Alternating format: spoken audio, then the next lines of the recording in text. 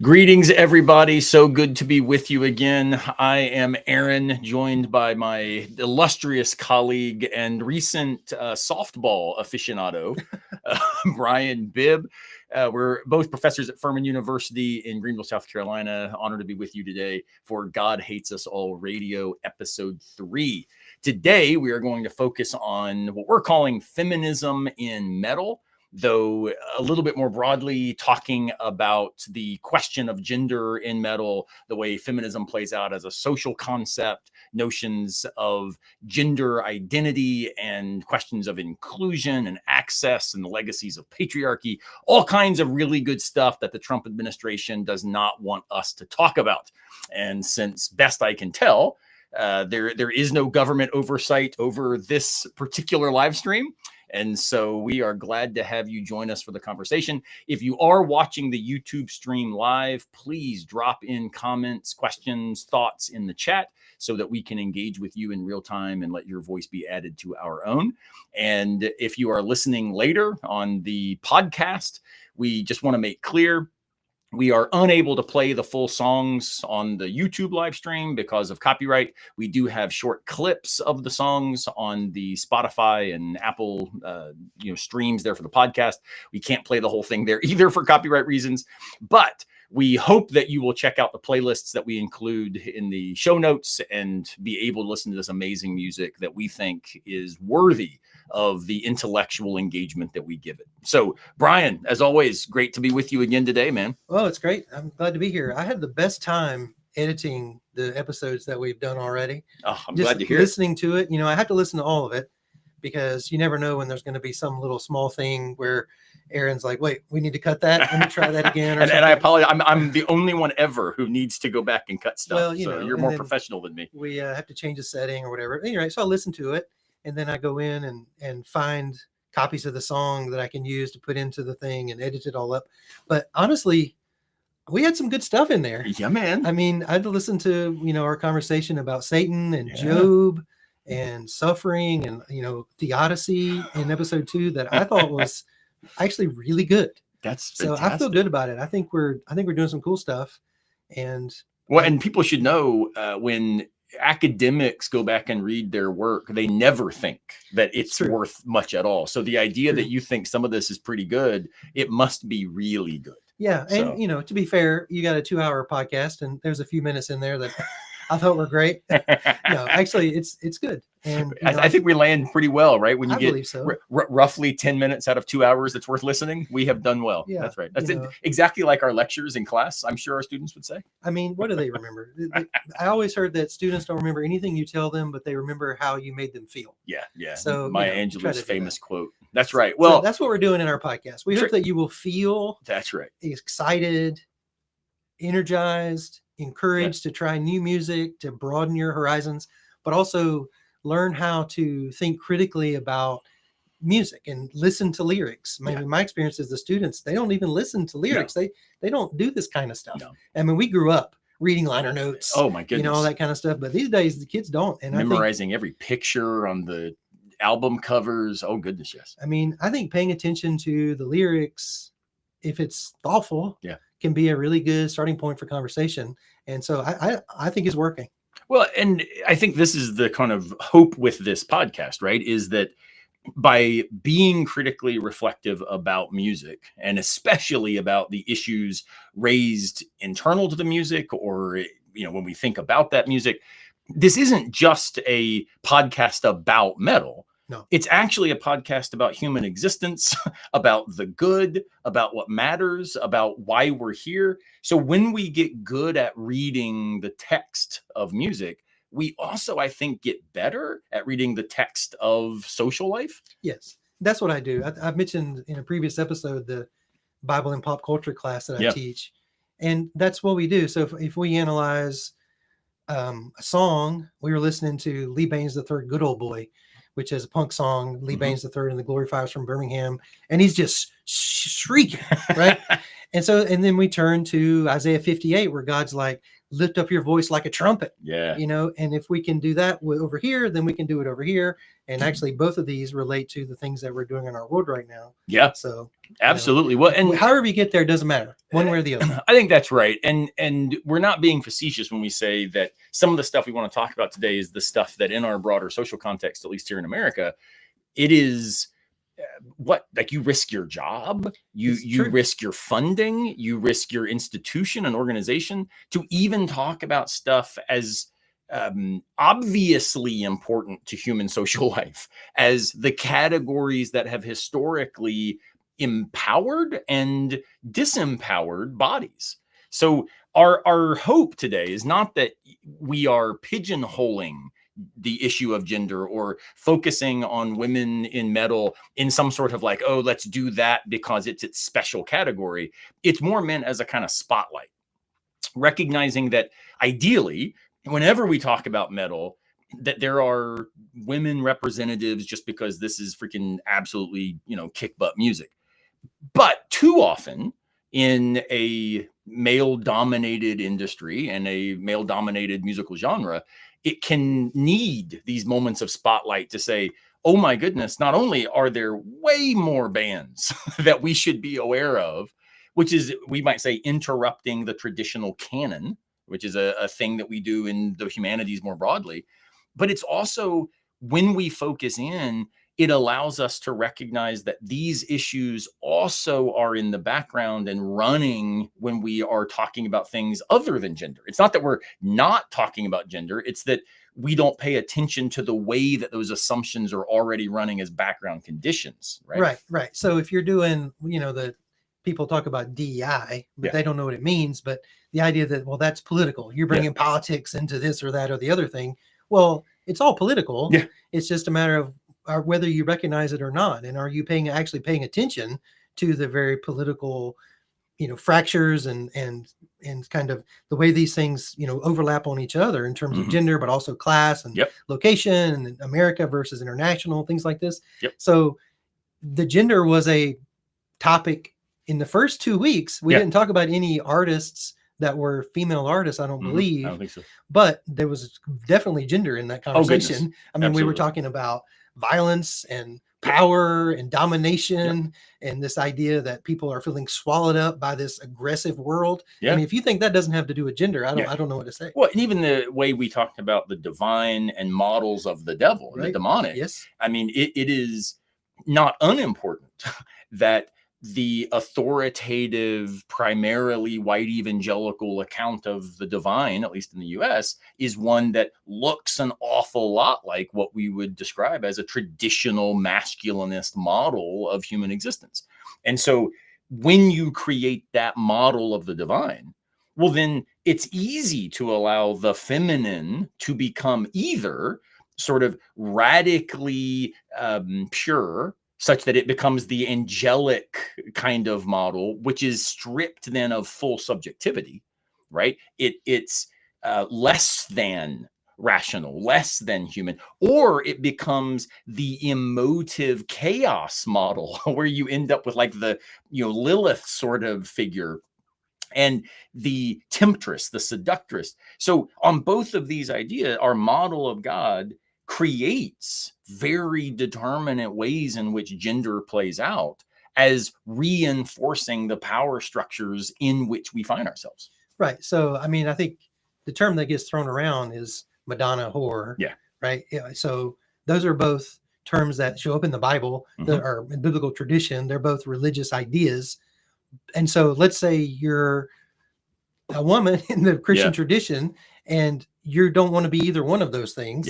Well, who are you? Where are you? What place is there for you? Right. So this brings in issues of patriarchy in the tradition and in the text and also in interpretation, and what kinds of avenues or potentialities are open for various genders and people coming at this from all over the place. Is everybody being funneled into these 3 or 4 little slots?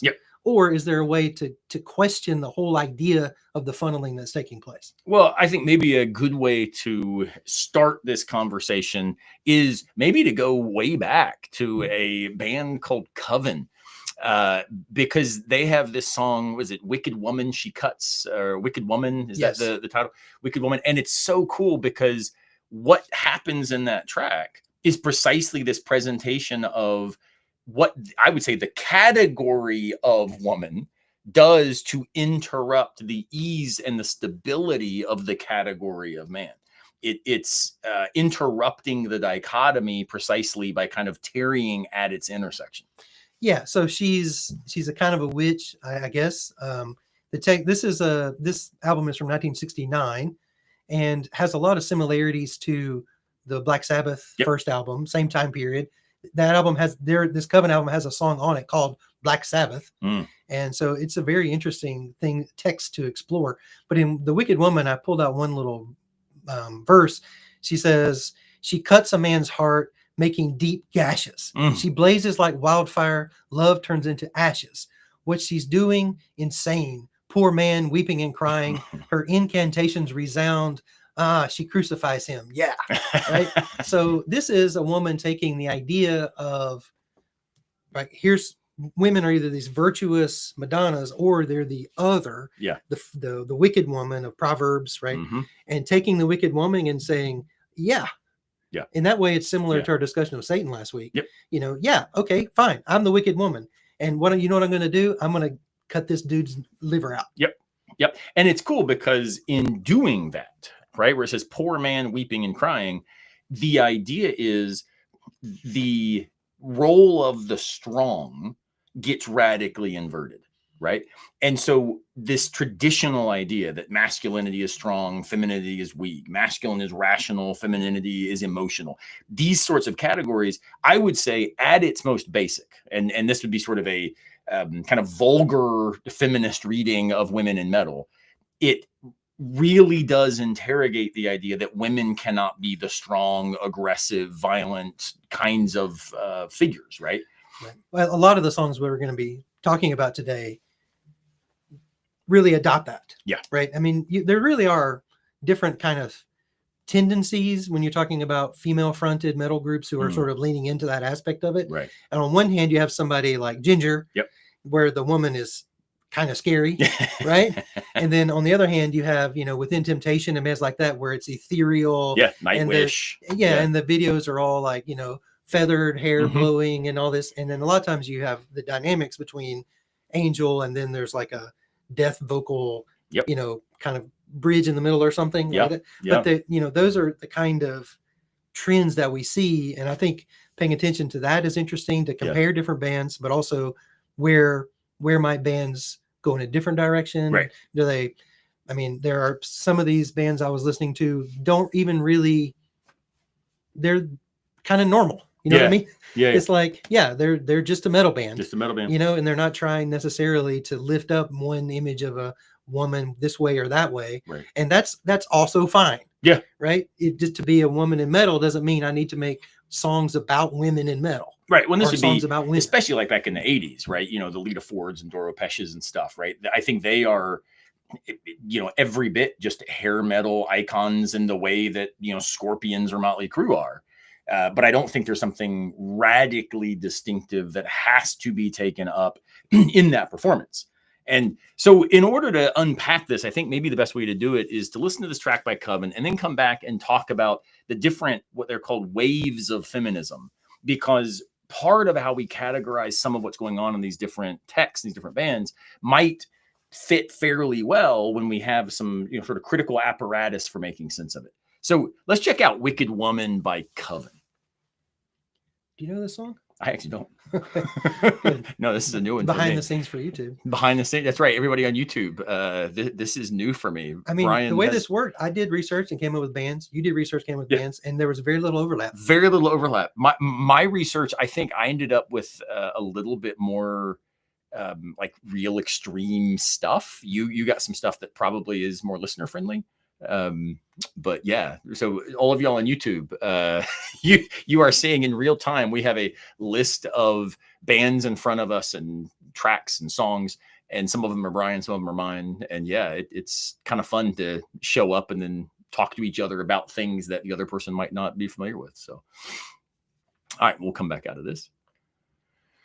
That is a cool track. I get your point, how similar this is to the kind of Black Sabbath model, which of course makes sense in the late 60s. This is the early days of heavy metal. But it's also important, this is the late 60s, which means it's, going on in the context of the Vietnam War protests. It's going on in the context of, the sex positive movements and stuff. So there certainly was a women's liberation moment that, Coven seems to at least be tapping into. I think that's right. But it's also the case that part of what we see here is what we would maybe rightly describe as a kind of second wave feminism. So, okay, well, let me ask you this, Professor. When was the first wave? We don't start. We don't start with two. We don't start with two. I guess unless you are cutting slices of cake, I always think you start with two and then go back for a third. I also have a whole theory my students can tell you about where I think first dates are stupid because they're just boring and you have small talk and it's just kind of garbage. And so I encourage my students always to start with second dates. Just go out as if you've already talked about all that stuff. They all think I'm an absolute fool, and it's lucky I got married when I did because, otherwise I would be single the rest of my life. I think it's lucky we both got married when we did, honestly. Well, I did have a bet with my friend when we were in high school that we both needed to get married fairly quickly because I was convinced I was going to go bald because my maternal grandfather was completely bald. He was convinced that he was going to get, fairly large in his later years because both his parents were. And so, yeah, there was this kind of early pressure. Ironically, I still have a full head of hair and he is still quite thin. So it turns out that we both bucked those trends, but he turned it out fairly bald. So it crossed over. So yeah, let me go through real quick the waves of feminism. And this is not hard and fast. This is kind of a general way to make sense of different periods within the unfolding of a particular concern for gender identity as a social reality, right? So first wave feminism, think Mary Wollstonecraft, think Susan B. Anthony. First wave feminism is effectively the women's suffrage movement to get access to rights like voting. And this makes tons of sense. So when people talk about, well, I'm a feminist because I believe in equality as a political issue. Well, that could just be a first wave commitment to the idea that women can vote just like men can vote. But quickly what started happening, and this is second wave feminism, is the awareness that equality politically is not actually exclusively a matter of institutional access. It's not just a matter of can you also vote. It's also a matter of cultural location and social power. So second wave feminism emerges more in the Betty Friedan kind of era, where you have this sense that women do not have to be presented as somehow different than men, but able also to express their political will. It becomes women can take on traditional roles held by men. So this shows up in lots of ways, right? So it can show up in the 60s, 50s, 60s, people like Simone de Beauvoir talking about the second sex. And so the idea of woman being the other to this default setting of masculinity as social power. But that also then is a critique of that default. And she has the famous line, I was not born a woman, I became one. I was made one, which is we gender bodies relative to the social access and cultural capital that we allow those bodies to have. And there's a song coming up by Ginger I want to talk about where she says, basically, it's called Somebody's Daughter. Yeah, and she's like, you tried to make me into the daughter, basically. Yes. And she's pushing back against that. So that's this is second wave, other Simone de Beauvoir. Second wave also, though, shows up in, the Mr. Mom videos or the movies with Michael Keaton, the Baby Boom, Diane Keaton films, this kind of 80s working girl, we can wear shoulder pads and take the CEO role, right?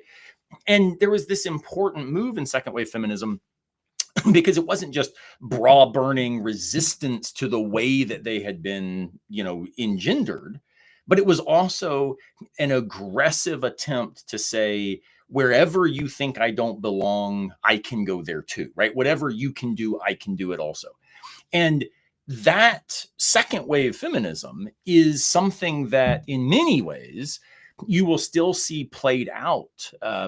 For example, it's been a while ago now, but in Hillary Clinton's presidential campaign, part of what played out was a tension between second wave feminists like Hillary Clinton and third wave feminists who thought that the battle being played wasn't the right battle. And so third wave feminism, again, all these are not rejecting the former, but moving into different spaces. First wave, political voting rights. Second wave, cultural capital and social power.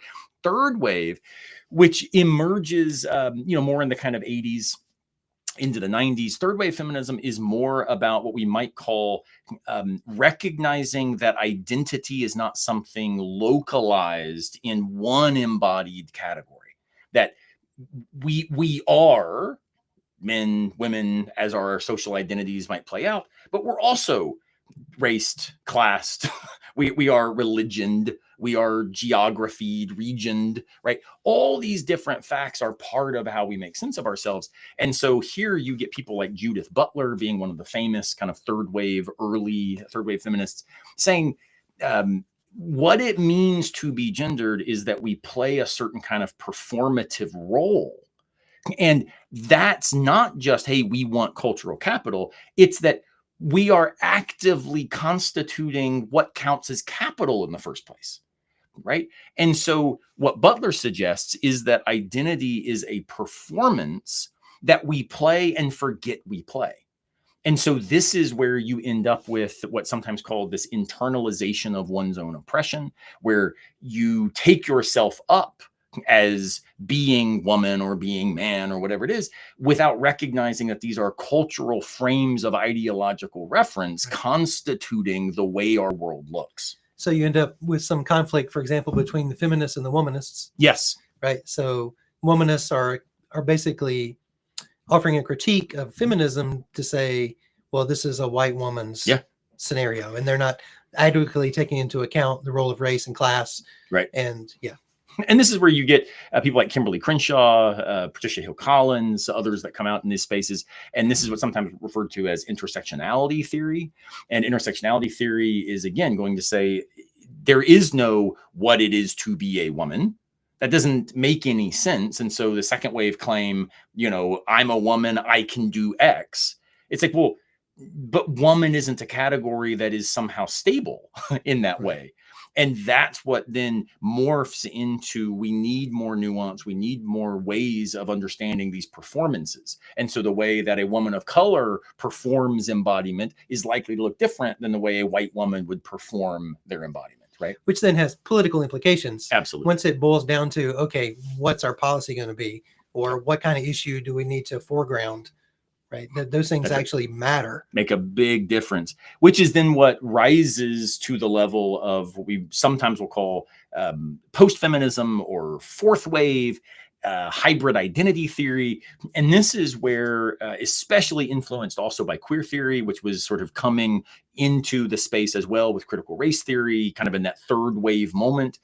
These ideas sort of play out such that embodiment is so complicated as to not be reducible to the very categories that we use in order to locate bodies in the world.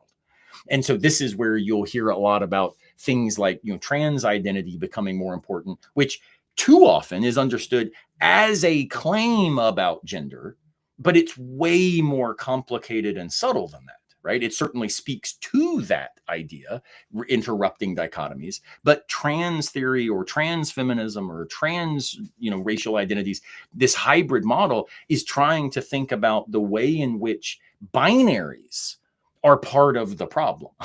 It's when we create a dominant, you create an othered. And so what would it look like to realize that binaries are probably a move of power play already? And what we need to do is think about, sometimes they're called spectrums, right? There are spectral identities that play out in lots of different ways. And so the idea that you and I both say, self-consciously identify as male may not mean that we perform our masculinity or perform our gender in similar ways. It can look a lot of different ways. Well, and if we do, it's because we were very close culturally and we're Yes. taught the same ways to do that. The ideological frameworks, or to follow Butler, the stage directions for Right. the act that we are playing. Right. Our parents were similar and their parents were similar because we're similar. And what all of this leads to is, and this is very much the case, I think, with metal, all of this leads to a set of assumptions about what will be considered normal and therefore uncontested. So I think about somebody like Lita Ford. Yeah. So Lita Ford, 80s icon. Mhm. She was in the Runaways. Yep. Well, their song Cherry Bomb. Still good. It's a banger. Still It's a great, banger. Great track. Also, did you see the Runaways movie? I did not. No. They made a Runaways movie with what's her name from Twilight? Oh, was it Emma? No. Anyway, I'll cut this out. See, you I'll cut this YouTubers, out. look Let me at all try this this. fun So, you get. She was in the Runaways. Lita Ford was in the Runaways, which was a great band that sort of was there for a minute. Absolutely. But she was on the scene when I was into the 80s metal scene, and I was in middle school. And, we had Lita Ford posters on our binders, Yeah. Lita Ford posters on our wall, Yeah. right beside the Dee Snider posters. Yep. And Lita and Dee are dressed the same. Yep. And Lita's wearing less makeup than Dee Snider is. Oh goodness, you it's like the Motley Crue covers. Right. It would be The hard fishnet pressed. and the whole deal, Yes, to narrate. The binary of gender identification is an easy task. In 80s metal. Right? Not easy. That's right. So it's fascinating to see Lita Ford, and other sort of female rock and metal singers in that time period sort of engage that scene that was already really challenging gender identities, because these hair metal bands, they were dressed like women, but their persona was hyper masculine. Right. The whole thing was, we're hyper masculine and we wear spandex because you can see our penises. Yep. Even better. Yep. Or the cucumbers, the armadillos in our trousers from Spinal Tap. Yep. And the videos were all the girls, the groupies, and the whole sex, drugs, rock and roll comes out of that period. So they're hyper masculine, but dressed like women. And like, where does a woman come into that? Mm-hmm. So Lita seems to me dresses like those male men dressing like women. So she dresses like a woman, but like in a kind of aggressive, I don't know. In the old days, we used to say that she dresses like a prostitute. You know what I mean? Right. But these kind of things change over time in terms of what's allowed. Those categories. Anybody you have seen somebody out in the mall dressed like Lita Ford was dressing. Right. But I do think it's weird, right? So you would see people, especially, boys and men, dressing like some of that crowd, but they would, for example, dress like AC/DC. Right. Not necessarily in the, Angus Young model, right? Well, they would dress like the Ramones. They would dress like Michael Jackson, but they're not typically walking around dressed like Motley Crue or, Twisted Sister. No, you can't dress like Dee Snider. I still think you could in sustain 8th grade. Yeah, that's going to be difficult. That's so we're going to grow our hair out. Right. My hair was longer than it should have been. They dressed like Metallica. They dressed like Slayer. So you do have this Metallica's wearing blue jeans. But see, this is the thought, right? Is part of even the resistance to hair metal from some of the early thrash bands was, I think, a reclaiming of what was considered appropriate performance of masculinity, right? And the idea that Lita Ford would be ironically modeling what these masculine figures were hyper masculinely portraying, but under the guise of feminine performance, and very feminine, very sexy. Can we say that? Very sexy. And it's but that's even part of the issue. And one of the things we'll talk about is sex positive feminism, where there's these debates in philosophy. People like Catherine McKinnon will argue that all heterosexual sex is deeply, deeply patriarchal. It is deeply problematic. It is abusive just because of the power structure by which those engagements occur. But others come along and say, no. In fact, women's ability to be sexual beings and have desires and fulfill those desires That and is actually power. have a bunch of groupies themselves, which Lita Ford, there's plenty of her talking about this stuff, right? A band, ironically, jumping different slightly genre, but a band that talks about this a lot is the Donnas. So all women band, from the early 2000s, they often will talk about the idea that like, yeah, groupies are like part of the fun of being a rock star. So the idea of flipping that sexual prowess and actually saying, no, that can be a possession of the female form is something I think Lita was doing. The irony is she was doing it looking just like the men deploying the same prowess. Yes, for sure. For sure. There were others. Dora Pesch. Yep. Back in there from Warlock, Yep. It's a German band, Mm-hmm. and she's become an icon. I mean, Oh, absolutely. she's sung in different bands and will often show up as a a side, like doing a duet with somebody else. Mm-hmm. And I mean, she's an icon, but also beautiful. Yep. Sounds great. Yep. But there's a bunch of these. Who do you love from the 80s? See, so like for me, I was a big fan. I mean, this will sound weird because again, it's like not metal necessarily, but again, I've got questions about whether hair metal actually counts as metal to begin with. It's hard. Is it just pop rock? I don't know for sure. But I actually really like Joan Jett. Oh yeah. Also Runaways. Also Runaways. I think she was doing some really cool stuff. So it still is. Yeah, she's bad A. She is. I mean, what's the? Oh my god, I just lost her name. We'll have to edit this. The song "Banging on the Walls of Heartache," baby. I Am a Warrior. Pat Benatar. Yes. So we'll cut back in there. Okay. I actually even really like Pat Benatar. Sure. And there are not many songs that will get me pumped up and turn the volume up louder than like Banging on the Walls of Heartache, baby. And I don't know how you drive and then don't beat on something, bang bang. So it was weird in that space where I love rock and roll, I Am a Warrior. Like these sorts of models are in some ways expressions of, you might say, Aristotelian desire being reconstituted relative to the female gaze, right? Where I love rock and roll coming from Joan Jett.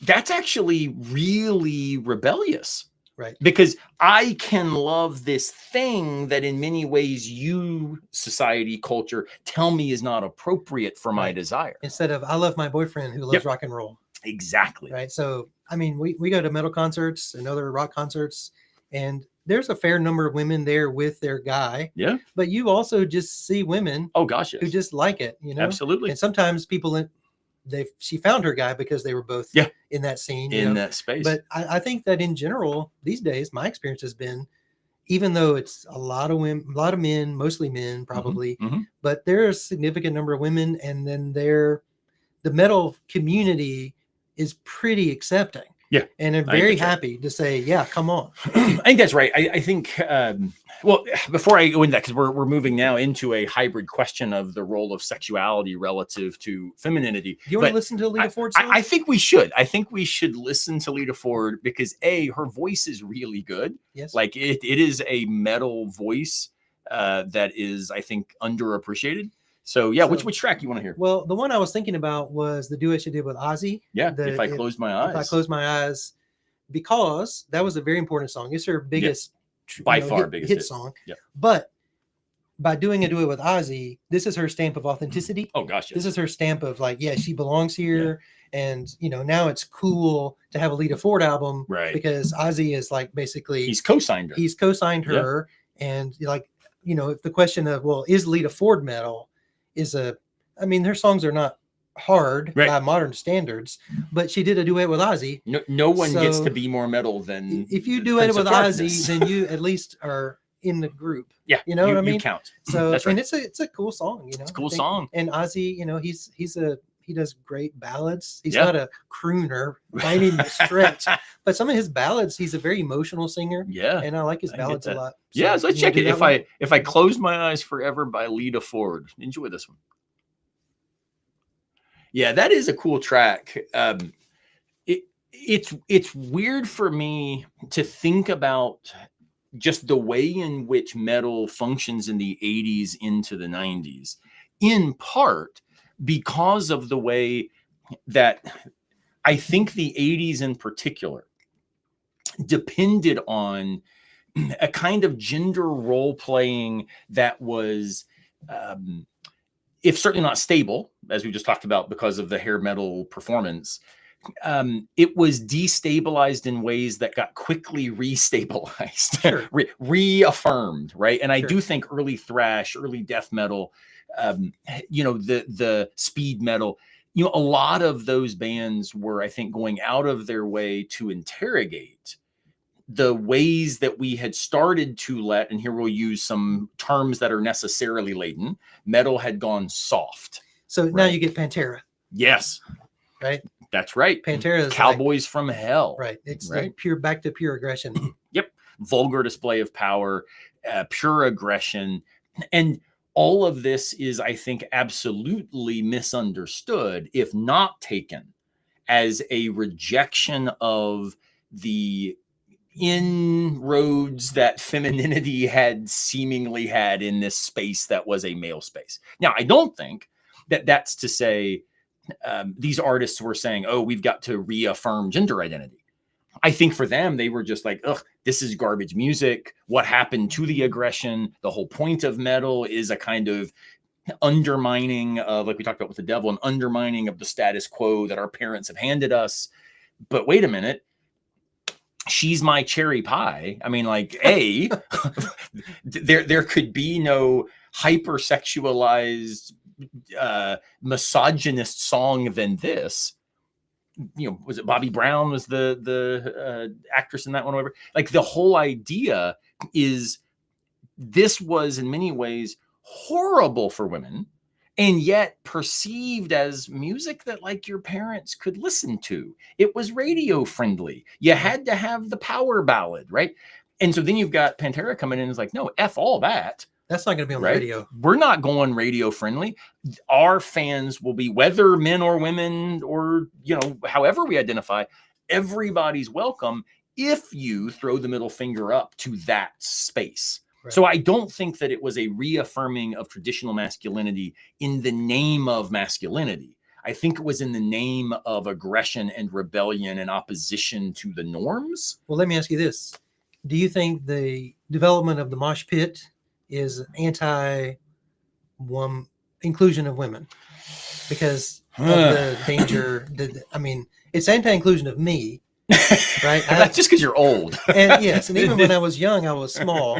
So I'm not out there throwing elbows either. Yeah. But I'm sure there were women who went in there and mixed it up. I'm not saying that. I don't want to deny that. Right. But it is a way of taking the aggression of music and making it actual, literal, physical it's a aggression. Performance. Yeah. And I'm torn on this. So I heard a great paper this past week at a conference where the guy was basically arguing that mosh pits and headbanging are a kind of self-abuse that are performative responses to a culture that tells you the only way to love yourself is to work hard, get a job, drive the fancy car, house on the hill.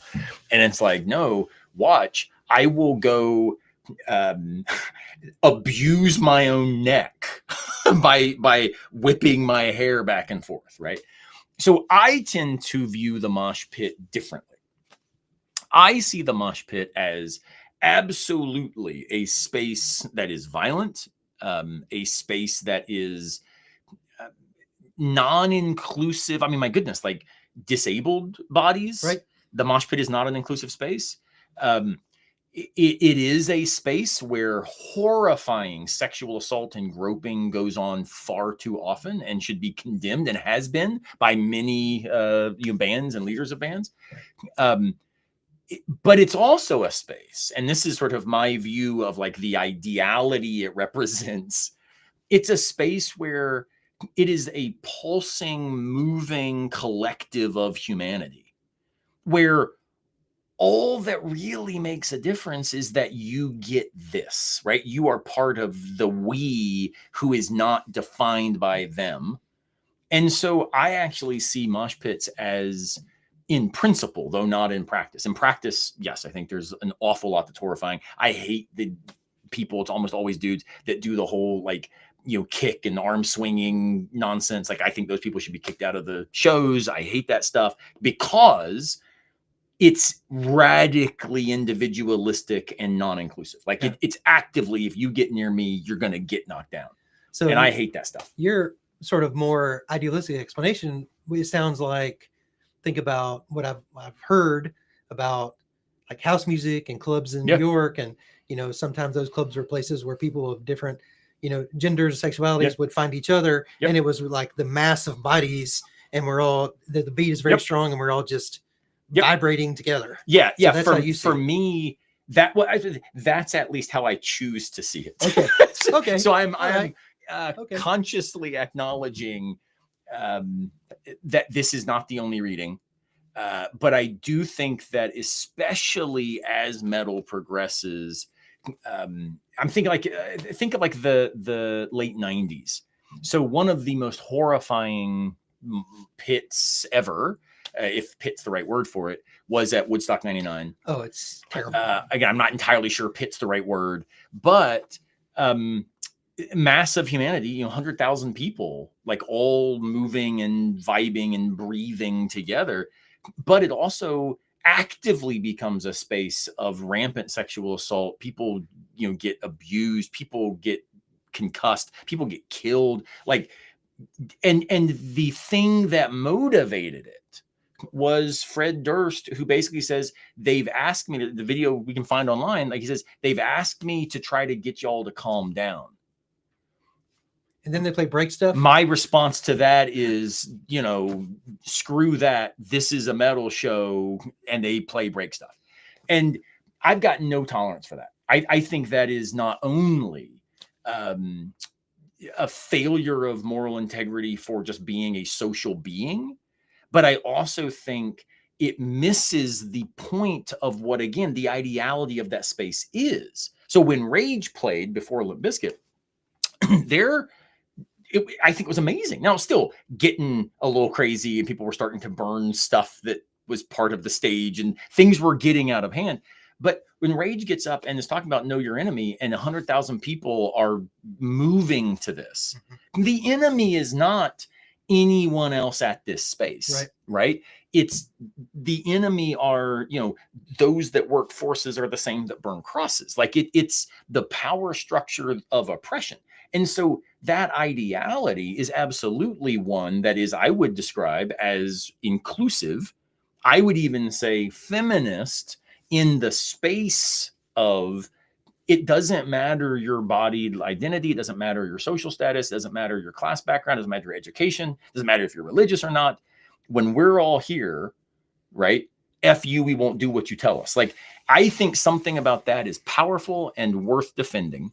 Okay, I like it. I like the optimism. Then Fred Durst shows up and ruins it all, and it becomes one big performance of misogynist garbage, and that's unfortunate. I think so. The Ringer did a documentary about Woodstock 99 that's on HBO Max. Have you seen that? I have not. No, it's really good. I'll check it out. It's really good. The Ringer has been doing interesting music documentaries. Music Box, I think, is their series. Yeah. So the one on Woodstock 99, the basic thesis of it relates to our conversation, because what they're saying is, look, this is late 90s. There's this thing that happens in the 90s that starts with the Pantera period and ends with Limp Bizkit that basically is giving young men models and also permission to be jerks. Right? I mean, to sort of, I did it all for the nookie. You lean into that. Just is this. And so, there is an idea that this is a decade-long sort of cultural moment that these young men are caught up in, that then when they are given permission to break stuff, start to break stuff. And so, including the bodies of women, the bodies of weaker men, the social norms that tell them kindness matters. Like, I'm entirely on board with the practiced reality that plays out in these spaces. is something that is not only horrifying, but it's something that the metal community should resist and oppose. Absolutely. Yeah. I think basically we just need, we got to move on from Limp Bizkit. my son recently told me that he had become a Limp Bizkit fan, and I wasn't sure how to respond to that, because I admit there are some tracks by Limp Bizkit that I find Wes Borland to be a really compelling guitar player, is basically the way to put it. And so I'm like, oh man, I really like They're well produced. some of this. Like I get why people would go crazy at a concert for this stuff. And then it's like, yeah, but these are absolutely the worst people I want my son to look up to as any kind of model. Right. And we're on the record of encouraging people to read lyrics. Yeah. And take lyrics very seriously. Which means Limp Bizkit has to be one of the worst bands in all of history. Yeah. And, you know, at the same time, like you said, let's just get rid of that CD and open up, you know, Rage Against the Machine. Yeah. Where the lyrics are a lot more Top interesting, to bottom, compelling, interesting. And this, I think the thing that is important is in any genre or subgenre, there are always other options. Right. So any sense that, oh, well, I have to be a fan of this because I like the music. No. I mean, last week we were talking about satanic leaning or devil inspired sorts of tracks. I mentioned like Extol, I think is fantastic, right? They're a religious black metal band. You mentioned Behemoth and that you like them. I said Behemoth was a little bit past my prime. Neither of us, though, were talking about Deathspell Omega, right? Because it turns out like, no, this stuff is actually beyond any possible line. Like, none of us were saying, hey, let's listen to a song by Golgoroth. Like, no, dude's like drinking blood and saying Satan inspires everything he's up to, right? So I think that there are always going to be spaces where we can say, you know what? There are bands that sound like this that don't have to be these guys. And right. That I think is really, really important. It just doesn't have to be that. That maps, I mean, get back to the feminism piece. So much of the so-called canceling and stuff, right? I mean, that's basically what it comes down to is here we've got this entire group of authors. We've got this entire group of actors, this entire group of artists or musicians. And these two or three over here are problematic for various reasons. So there's plenty over here. Plenty of others. We don't need that guy to be in every movie. There's a guy over here who's just as good. And this is, I think, part of the interrogating the canon. When we say, hey, there's all these amazing women-fronted bands, right? I mean, it's just even just some, like, you know, if you really like the kind of aggressive rock and roll, like go check out Hailstorm. You know, if you really like operatic vocals, but you're a kind of new metal kid, well, Evanescence is still doing stuff that's kind of compelling, right? I mean, if you love opera and you want to see a bunch of windblown, you know, long garb flowing from every area, like go check out Nightwish. I mean, you know, it's not that there's some necessary group of, oh, these are the real important ones. You know, it's Metallica, Slayer, Megadeth. Like, no, those are important in a particular historical moment. But it turns out we can go back and reread those moments with different notions of importance, right? So let's do this. Like, I want to focus on a band that has two singers, both of whom are absolutely just so incredible. The band is Arch Enemy. I think one of the more influential, important, aggressive bands that open the way for bands like Ginger and Spirit Box and others that are really popular right now. Arch Enemy, of course, you know, famously started in ways that Angela, you know, the original lead singer, who I think arguably for me is perhaps number one or two when it comes to women guttural vocalists. I think she is that good. You know, songs like War Eternal and Under Black Flags We March and tracks like this. And then, of course, you know, she leaves the band and they get Alyssa, who comes in, who I think is almost, again, one of these leaning into traditional performances of femininity and then saying, yeah, but I can outgrowl any dude on the stage, right? And so what do you think about Arch Enemy? I've listened to them for probably 20 years almost at this point, and I still think they're rocking. I mean, I like everything that I've heard from them. Yeah. This is, again, once we get into the 2000s, I don't my sort of exposure is not nearly as strong as yours. So I'm sort of leaning on you to tell me like, oh, these are the most important tracks. Yeah. But I like everything that I've heard from them, and I think women who can do the death vocals is very interesting. Yeah. Because that seems hard.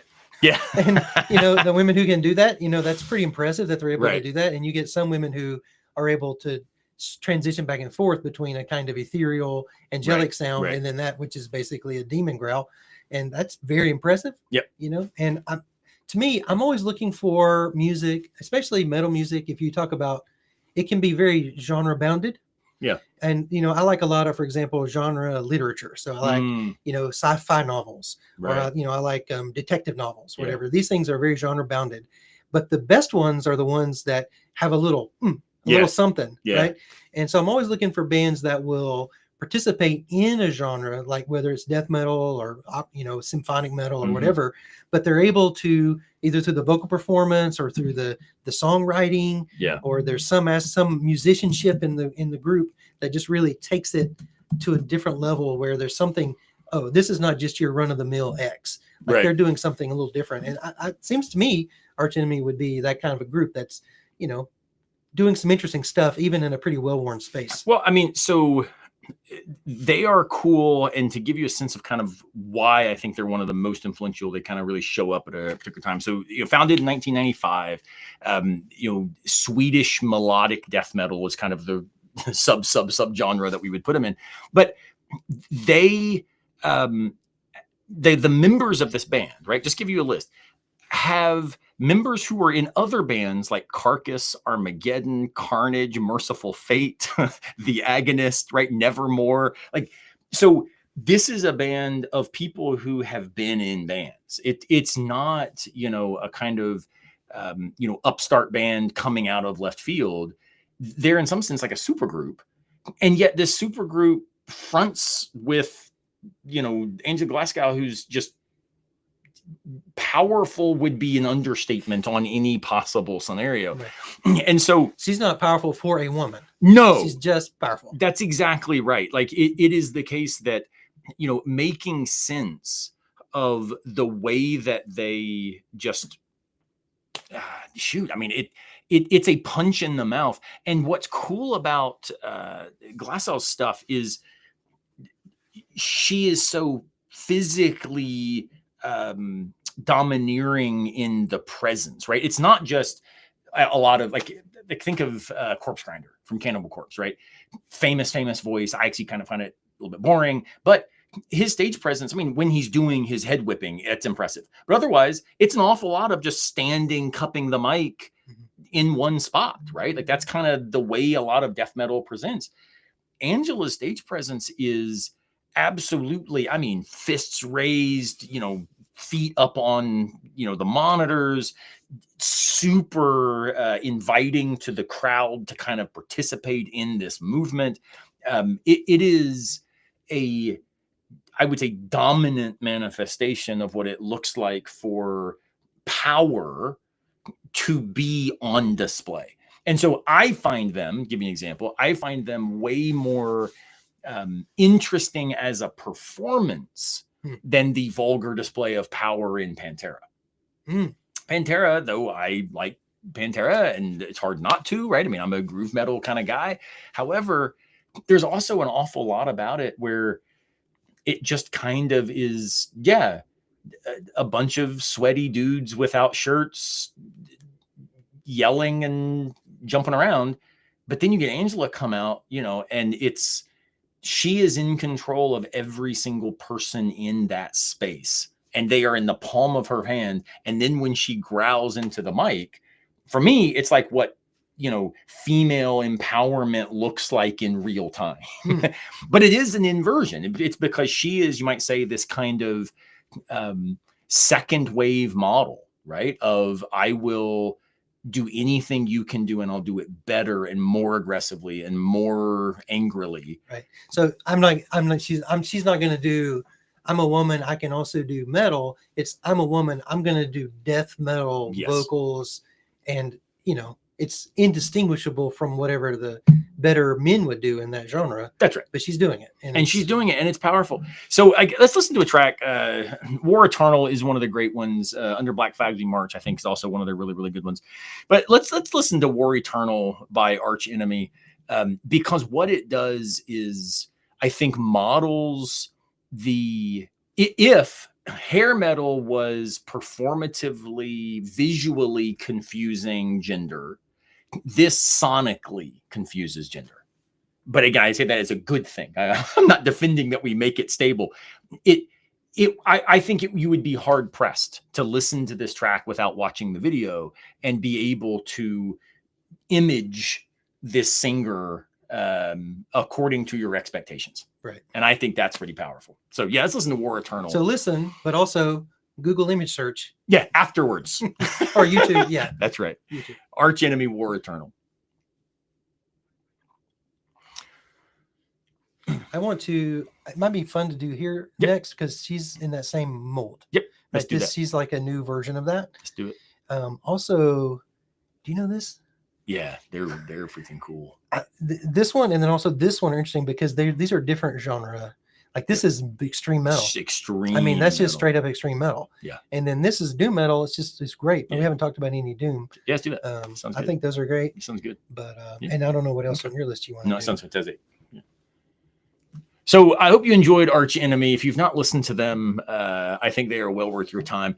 But sticking with this extreme metal stuff and the idea that part of what metal allows is for embodied performances that interrogate any assumptions we would have about being comfortable in our norms. Two other bands that kind of hop in here, right? Like Venom Prison. The famous song Slayer of Holofernes. I mean, that track is it's just so aggressive, and explicitly like I'm gonna go kill this guy and hold his head up. Right? It's appropriate to the subject matter. Yeah. I mean, if you talk about form and function, I don't know if people know the story of Holofernes. Yeah. So yeah. Well, this is from Judith. Yep. Which is part of the Deuterocanonical tradition. So if you've got a Protestant Old Testament, it's not going to be in there, but it's in the Catholic Bible and other traditions that include more books from what we call the Apocrypha. Yep.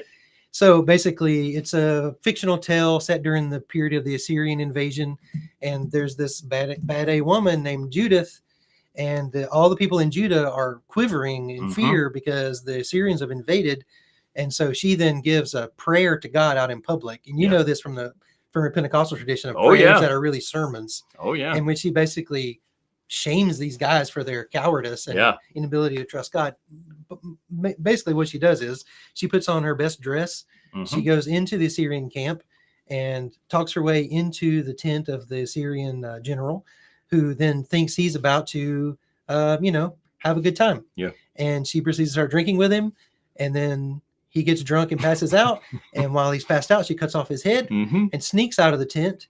The guys who are outside are like, wow, they're really taking a long time in there, and eventually peek in and he's lying there dead. And then that freaks the Assyrians out. And then they start running away. Yeah. Judith takes the head back home. That energizes the Judeans into resistance. And then they basically rout the Assyrians and kick their butts all the way out of Judah. Yeah. So it's obviously fable, right? It's a revisioning in the way that Tarantino re-envisions World War II, or the Manson murders, where he says you're flipping it, right? You're flipping it around. But there's a famous painting of the Judith and Holofernes from Artemisia Gentileschi. Yeah, I actually have a very big print of it on my wall at home. Well, I mean, Gentileschi famously was assaulted by her mentor and was working through a lot of that in her paintings. Yeah. And the women basically achieving vengeance over men is one of the themes in Gentileschi's paintings. Yeah. Another one of hers that's really good is Jael and Sisera. That's in Judges. That's where the guy is, again, foreign general who's hiding in a woman's tent. And while he's sleeping, she drives a tent peg through his skull. And the word that's used there is she penetrates his skull.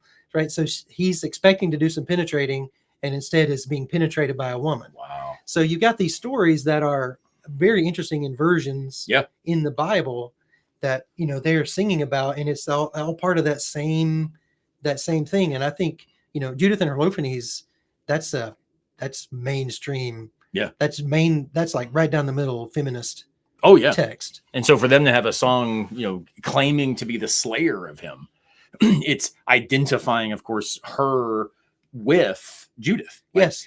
This is the role I will then play. Right. So it's power, it's violence, not afraid to use sexuality, but not a victim. Yep, not a victim. And I think it's important to understand, before we listen to this track, the philosopher Kate Manne, who's done some really, really, really important work on feminism and patriarchy as a logic, makes clear that we misunderstand misogyny when we think about it as something that a individual does, right? The lead singer of this band who does some horrible thing and is accused of sexual assault, well, that person is a misogynist. That's not untrue, says Kate Manne, but it misses the point. Misogyny is a logic. It is a structural program that ideologically seduces us into thinking something is not only normal, but obviously natural. It's necessary. And so part of what a track that is so just abrasively confrontational is doing, especially when fronted by a woman, is suggesting this logic is what's being destroyed, right? And like, for instance, she has a line where she says in the track, "No law is sacred, no man is safe." Part of what that does is says misogyny is not something where it's just bad actors. It's like you said earlier, our cultural norms and our parents' assumptions and their way of understanding gender played out and made possible for us how we now just find ourselves performing our bodies. Right. Listen to this whole lyric. So the blood violently spurting from the neck, the head separated from his body, in triumph the souvenir brought home. Rivulets of blood across the sheets, right? So it's the sheets. That's like a sexual thing. It's a sexual. The monster struggles in vain. He's a monster. The woman doesn't flinch. No law is sacred. No man is safe. No crime forgotten. Yeah. Kill or be killed. And she's yelling, "Kill or be killed," just over and over and over. I mean, it's powerful. This is powerful. Yeah. So y'all check this out. Venom Prison, a Welsh death metal band. This track, Slayer of Holofernes, is it is aggressive, and we think well worth your time. So another band, just to kind of finish this extreme stuff, maybe let's do two more in this, and then we'll move to a different genre. I know you love doom metal, so I want to talk about some of the other spaces where women-fronted vocals and women bands show up in metal. But two bands that I think right now are extremely not just popular, but kind of game-changing. The first is Ginger, a Ukrainian band who operates roughly within, you might say, a kind of gent sort of tonality, but they are like the other band I want to talk about, Spirit Box. They are very extreme in what they do vocally, in the aggressive lyrics and the vocal performances, especially the again, stage presence dominating sort of space. Tatiana from Ginger, Courtney from Spirit Box, like both of them, they are not vanishing violets, daisies on the wall. These are people who control a crowd.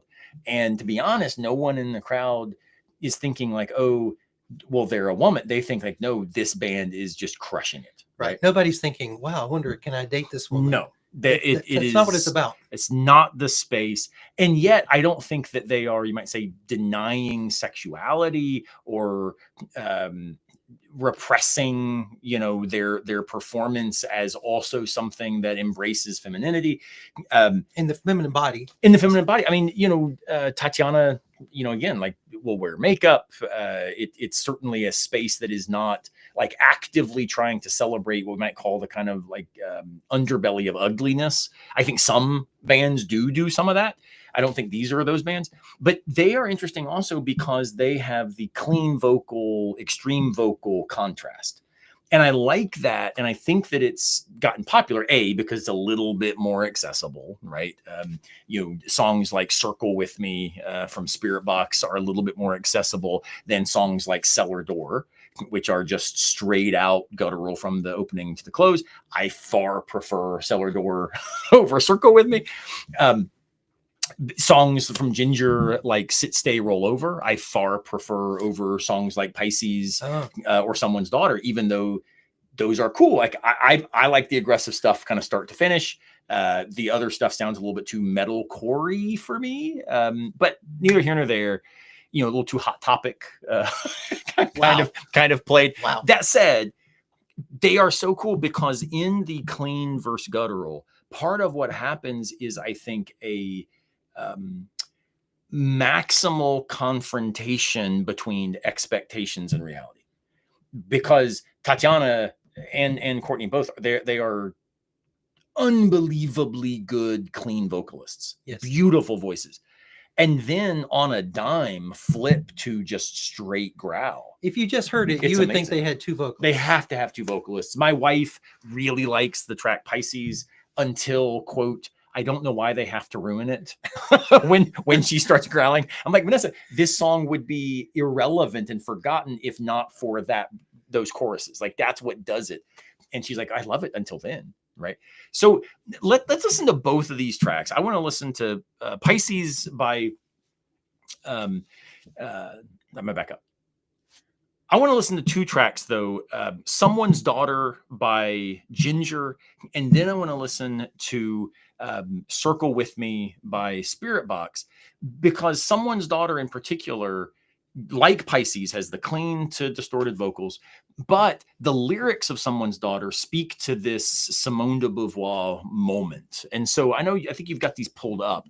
Let's talk a little bit about the way in which this Ukrainian band, which of course also is not unimportant, in the way that they're resisting an awful lot of the power structure, authoritarianism, all these sorts of things. But talk to me a little bit about the lyrics from Someone's Daughter before we listen to it, because I think there's some stuff in here that is just unbelievably profound.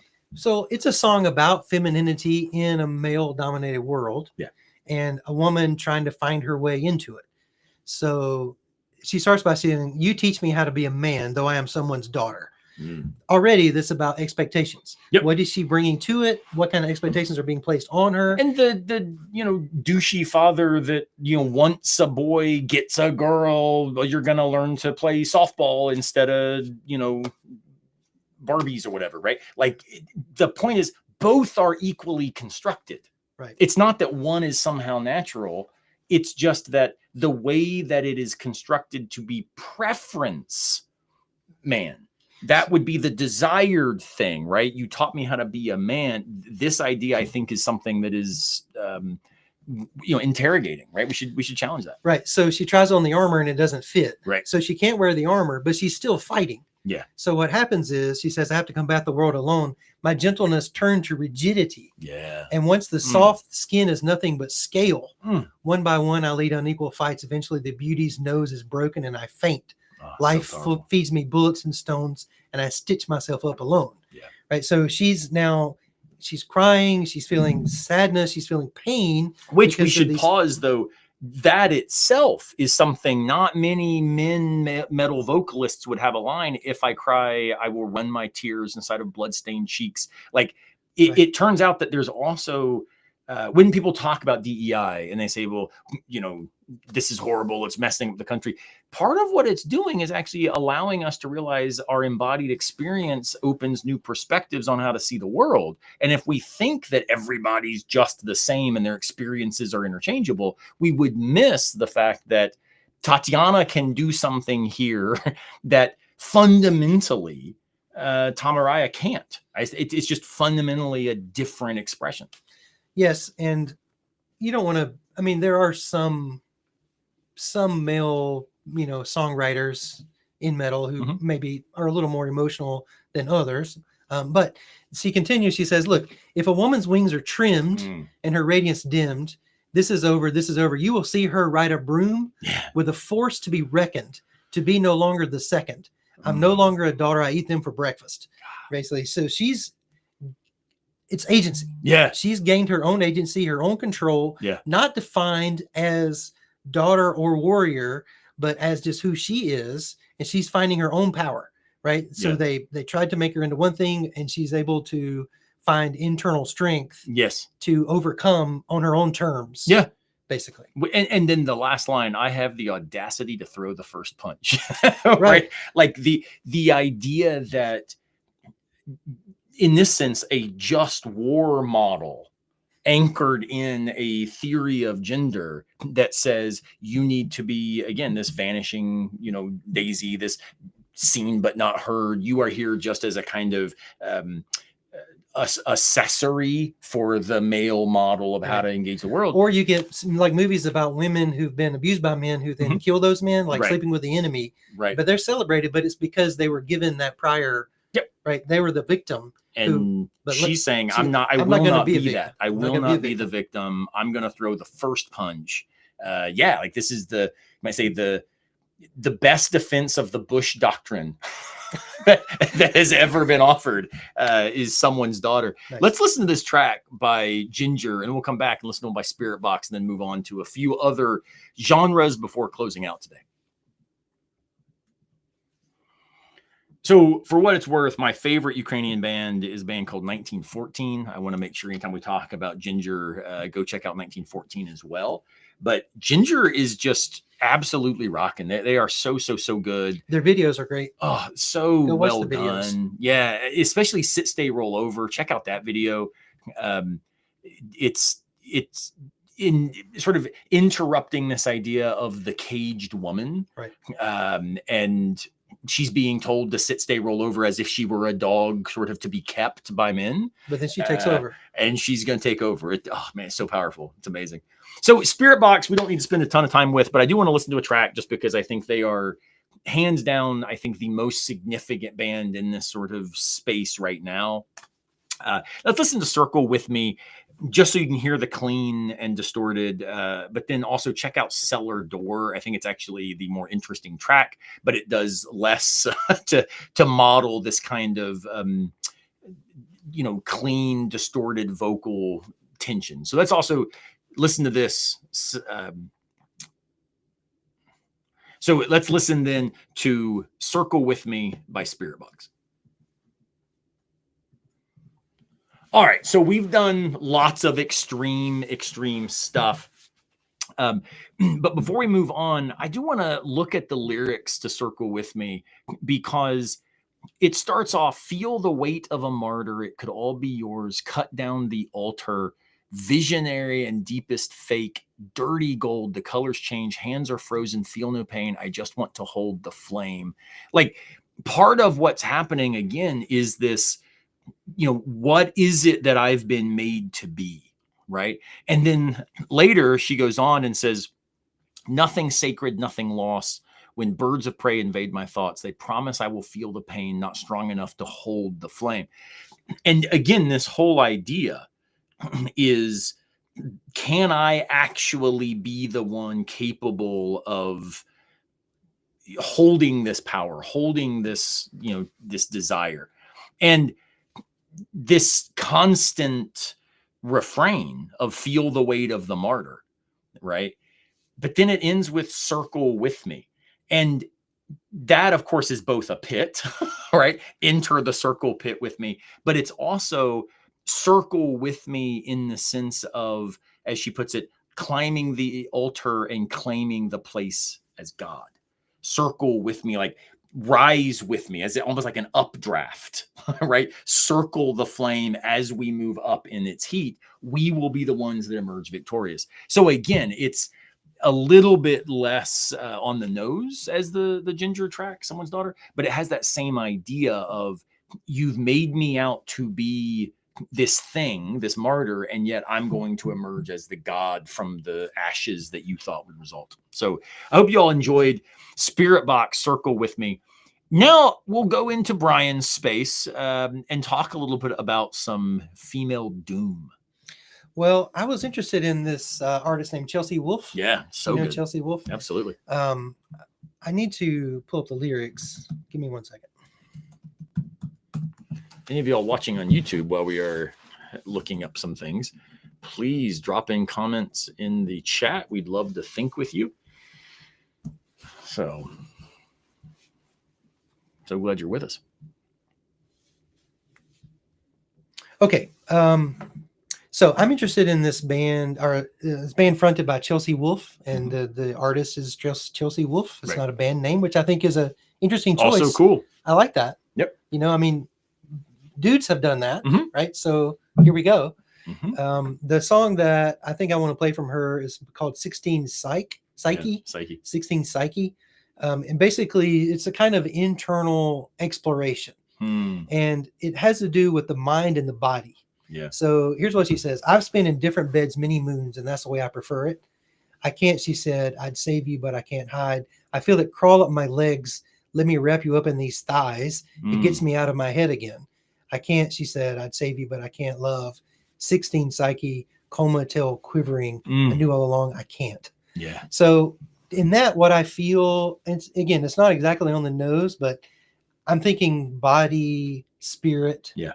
I mean, the psyche, that's the mind and body. What do you want? But what can you do? What will bring you comfort?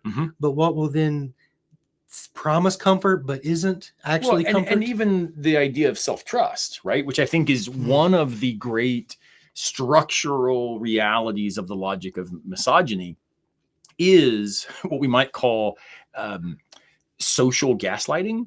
Right. It's the technical term here would be epistemic injustice relative to one's self-testimony.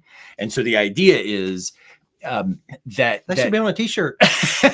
it turns out it's a little bit lengthy for the bumper sticker. But yeah, it's work by Miranda Fricker, done some amazing stuff here. But the idea is long standing in court cases and legal history, women weren't reliable witnesses, right? In fact, one of the arguments given for, like New Testament apologetics is the first witnesses to the resurrection were women. Nobody would make that up. No one would make this up, right? And so this idea that women can't even testify because they can't be trusted not to be so emotional, and therefore not give reason-based evidence, right? They're not objective enough. And they shouldn't trust themselves. And as a result, they then should not trust themselves. They should defer their judgment to their husband, to their father, or to their, like patriarchal leader, right?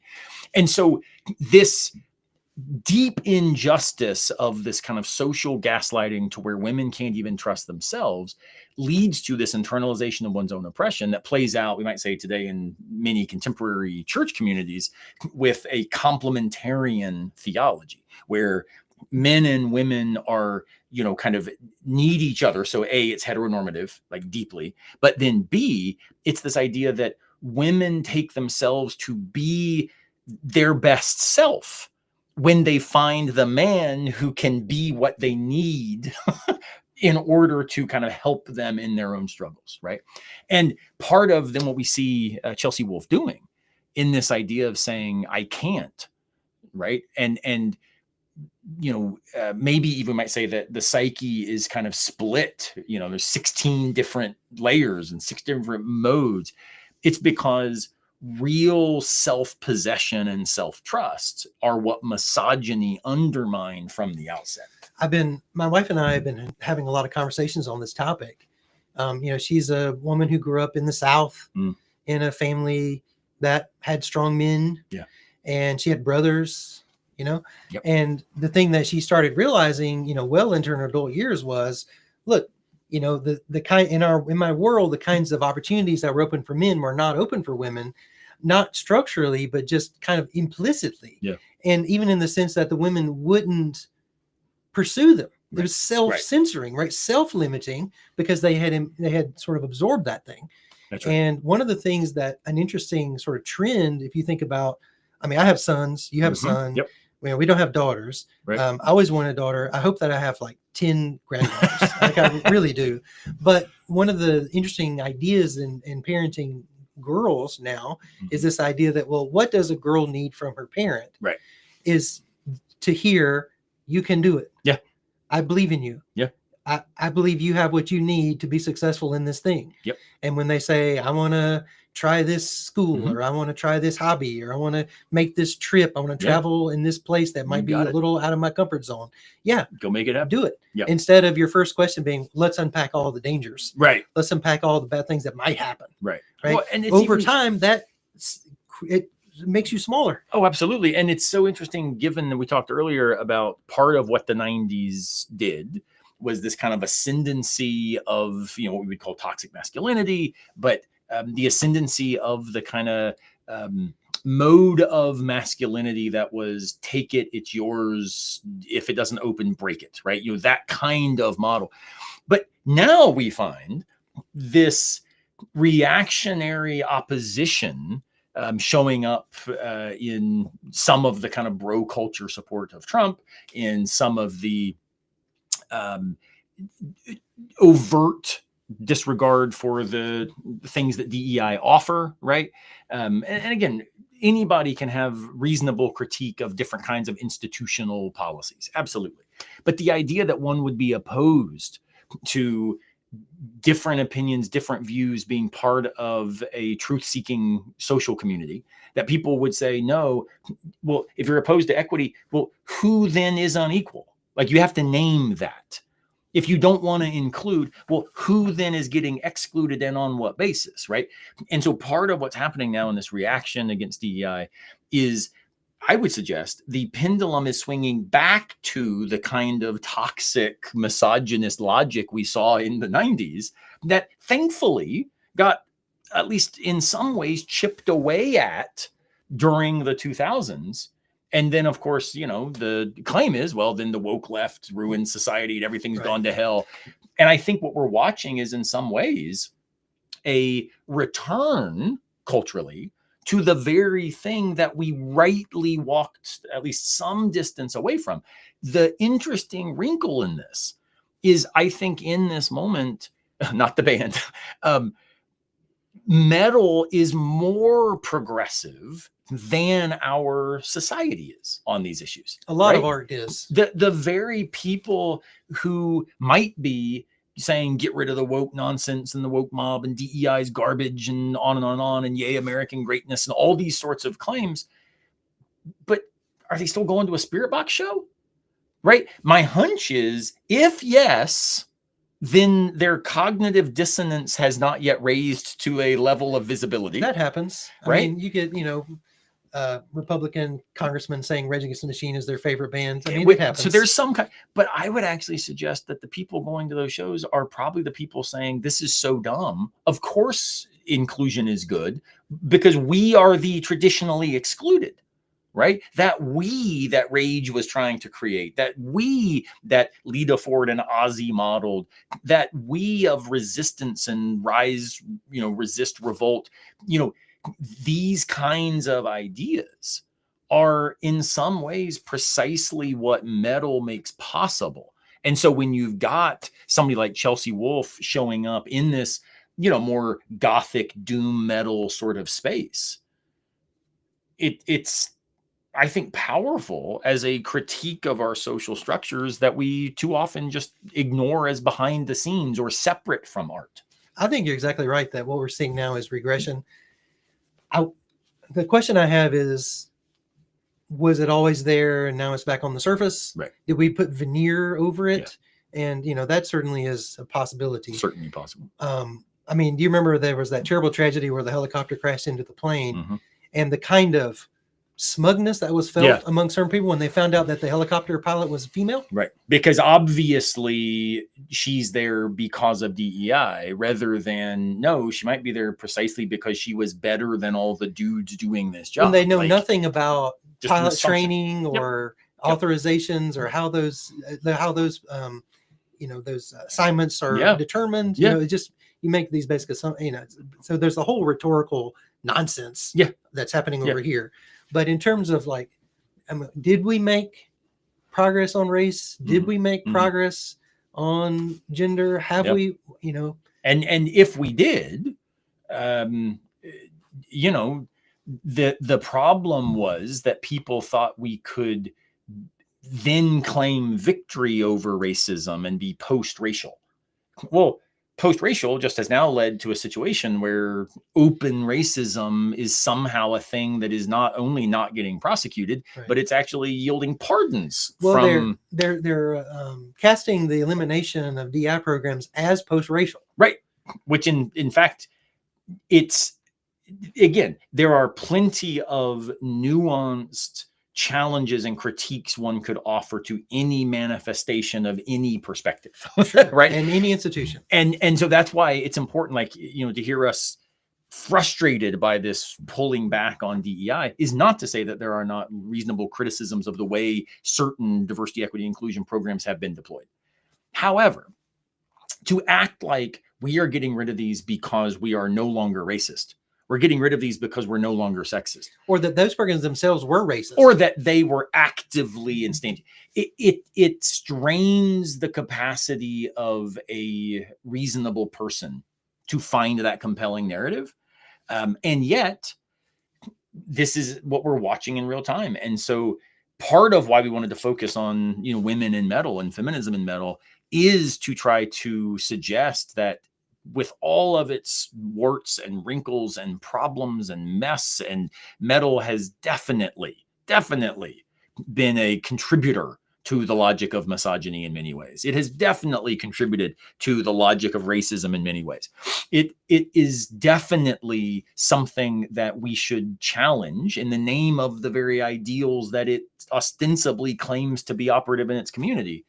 It is also, despite all that, an amazing place where bands like Lacuna Coil and Christian Mistress and, you know, even bands like Baby Metal, my goodness, like, not a fan, but it's still performing stuff differently, right?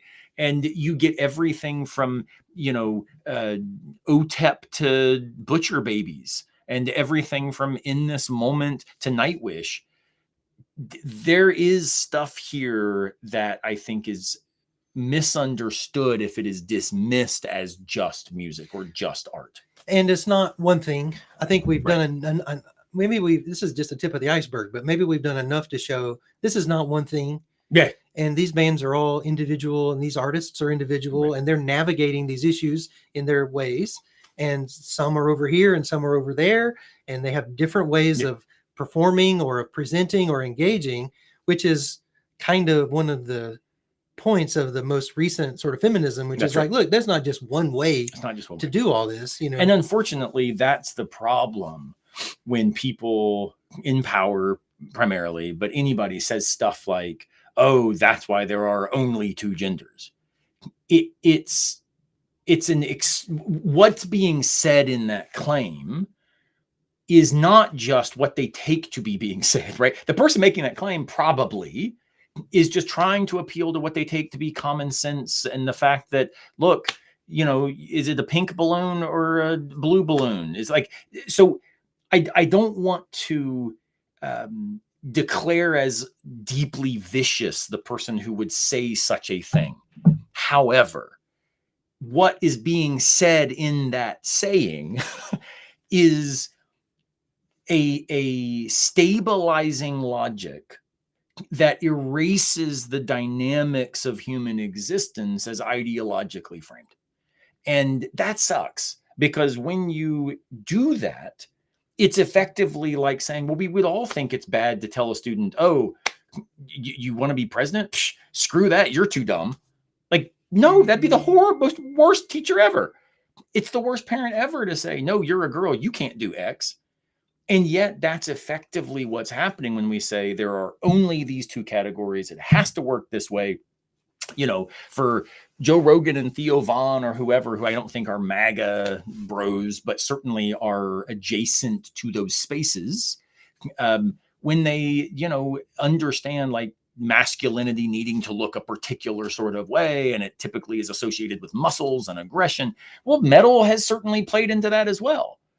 But it's also the case that it doesn't always. And that slipperiness is part of what I think we need to do a better job as a society to say, hey, why is it the case that certain bodies don't have to justify themselves in the way other bodies do? Yes, I think that's a good point. I hope that people will see that this is an invitation. Yeah. I certainly encountered some new music when I was going, and this is a small sample of the stuff that we found, which is itself a small sample of what's Yeah, out there. what's So, actually out there. That's right. there's no claims to comprehensiveness or even systematic approach. It was just more, here are the things that are interesting to Just pop us. to us. Yeah. And, I mean, so I and- hope and- people will go find some cool artists. And so let's end actually today with a band that I need to listen to more of, because it is a band that is really, really, really doing some interesting stuff, I think. The band's called Straight Line Stitch, and it's fronted by a woman of color. And so again, we've primarily been talking about white women in the kind of vocalists we've been looking at. But go check out Straight Line Stitch, and we'll end today with their track Black Veil, because I think that A, it's just a freaking cool song, but B, it's because we don't want anybody to leave our discussion today thinking that we've somehow introduced a new hegemony, right, relative to what this stuff looks like and kind of how it, functions and plays out.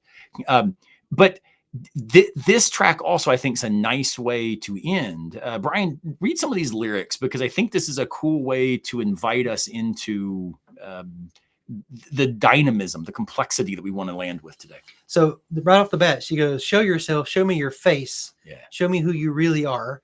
Don't tell me the reason why you hide from me is because you think that we are similar. With blood on your hands, you are unclean. With blood on your hands, you are unclean, preying on those who are depraved. But yourself, you cannot be saved.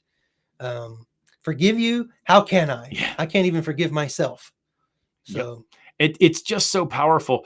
And it ends up, right, saying, for the last time, forgive you. How can I forgive you? So one of the things I think this track does is invites us not only, again, I don't know what, the lead singer of this band was saying in writing these lyrics, but part of what I think is so cool here is it invites us to understand legacies and histories of oppression and exclusion and marginalization and disempowerment and dehumanization. These aren't things that you flip a switch and get beyond. You just can't move on. It's not a post-racial because you've got a black president. Obama gets elected, I guess we're done with racism, right? It doesn't make any sense. Oh, we had a woman of color vice president, I guess we're done with gender issues. Like, the whole idea is these are generational markings, in the same way that, like, tattoos would be things that even if you get it removed, there's still scars, right? And I think that too often, those who are among historically empowered embodied identities, even if their individual existence is defined by struggle, which again is part of why class and other things have to be taken seriously, it's too easy for that group to act like these are things that we've just got to get over, rather than recognizing, no, these are things that take deep, long, decades, even maybe centuries of work to create worlds where those scars don't, run quite as deep. This is why there is a sustained attack on education. Yes. Both at the lower level and the higher levels. Can't teach history because you keep the scars open instead of realizing we teach history so that we can understand how we've gotten to where we are. Right. And where we're going to go. Yeah. What we do is that kind of long form conversation through publications and everything else, and analyzing things from different directions and asking hard questions. Yep. And the one thing that they don't want is people asking questions. Yep. And they want docile population who accept the party line, who go along with whatever is said. Yep. And, America is great. Yep. We don't have any real problems that aren't caused by these people that we can name who's causing the problems. Someone else. Even the narrative, like just this last week, right, with Trump's the stupidest public policy decision, I'd say, in at least 50 years, maybe 100.